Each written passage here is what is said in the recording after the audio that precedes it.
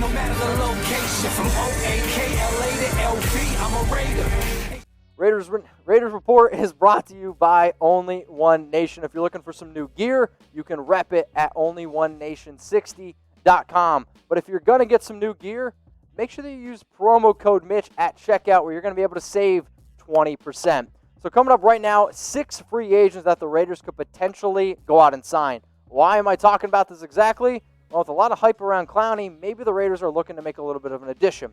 But before I give you the names, right now the Raiders have $8.8 million in cap space. That ranks 26th in the NFL.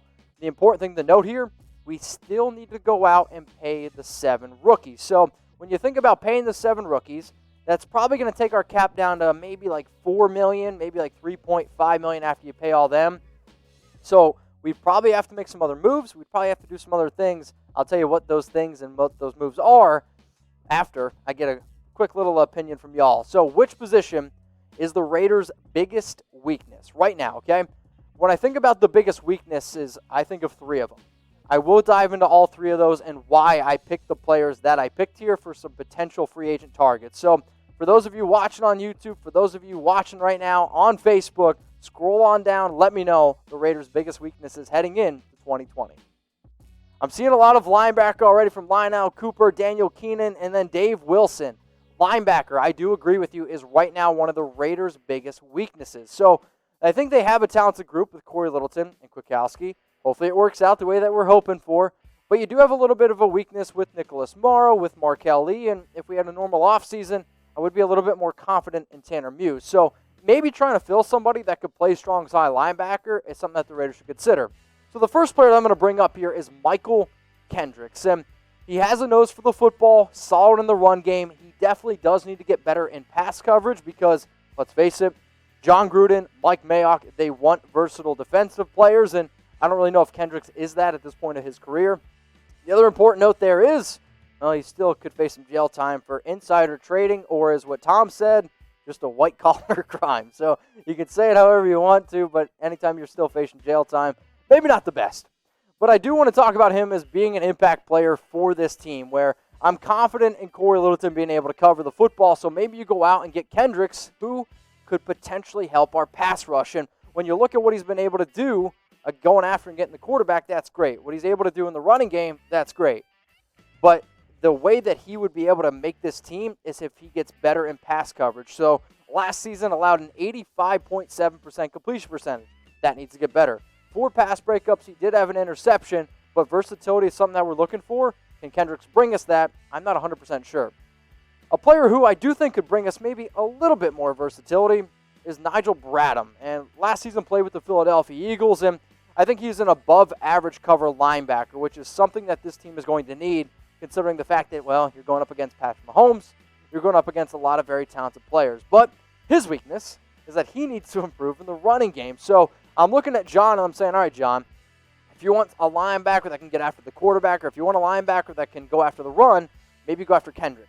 If you want somebody that can cover a little bit better, maybe a guy to look at is Nigel Bradham.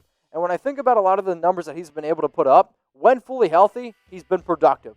Last season, he did allow 77.1% completion percentage, 238 receiving yards, but no touchdowns. A better coverage linebacker who I do think would be able to help us, especially with him next to Nick Kwiatkowski and, well, Corey Littleton. So I talked about Bradham, and I talked about Kendricks. If you had to pick a linebacker from those two, okay, who would you go with? Would you go with Kendricks? I want you to type MK. Or would you go with Nigel Bradham? I want you to type NB. So right now I'm seeing some NBs thrown in there for Nigel Bradham. That one's from Daniel Keenan. I see Richard Vega says yes. Victor says MK. Corey Broder says NB. If I had to choose between these 2 players alone, I'm going to agree with Lionel Cooper. I'm also going to type my NB. So we're trying to hit 50K subscribers, but I don't want normal subscribers. I want die-hard Raider fans, right? People that when they walk down the street and you see somebody wearing an Only One Nation t-shirt, you scream Raiders and they scream it back. So if that's you, what I want you to do is hit that subscribe button and turn on your notifications so you don't miss a single video, because if we hit 50K subs, that means I get to do more videos. And hopefully that also means we get to do the Raiders live show on Friday. So hit that sub button if you haven't already. All right, so now go to the next biggest need here, I think, for this team it's nickel cornerback. And it's no secret here, right? I mean, the reason why nickel corner is still a need for us, I love Amik Robertson, and I'm hoping Amik's going to be great.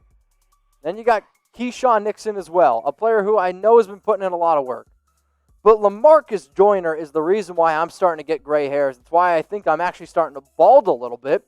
So maybe there's a nickel corner that we could go out and find in free agency. The two nickel corners that I think would bring the biggest impact to our defense, the first is Darqueze Dennard. And he signed a deal with the Jags earlier in free agency for 3 years, $13.5 million.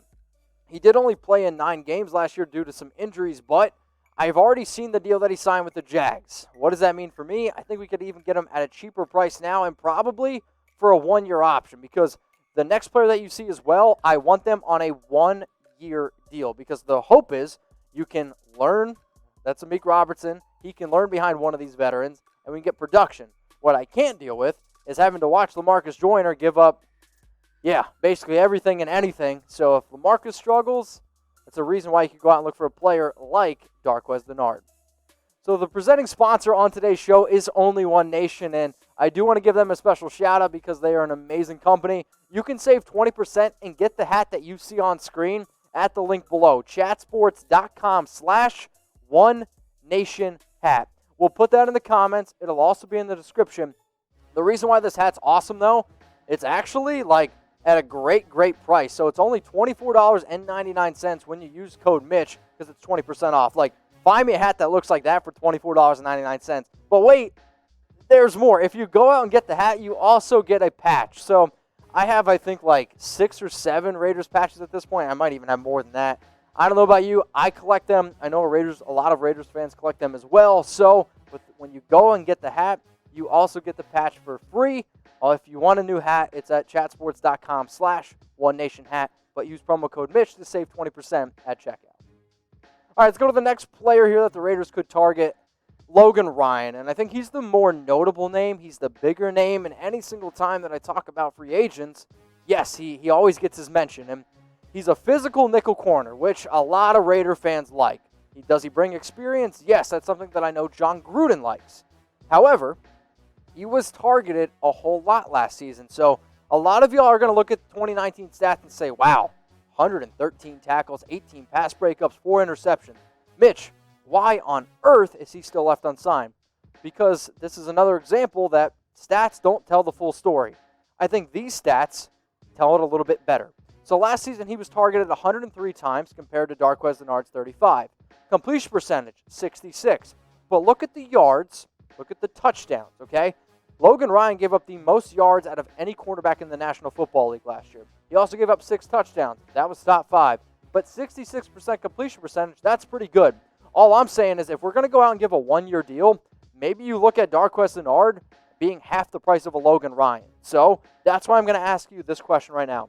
If you had to pick a nickel corner, would you go double D's with Darqueze Dennard? I'm normally a big fan of double D's. Or Logan Ryan, you can type LR.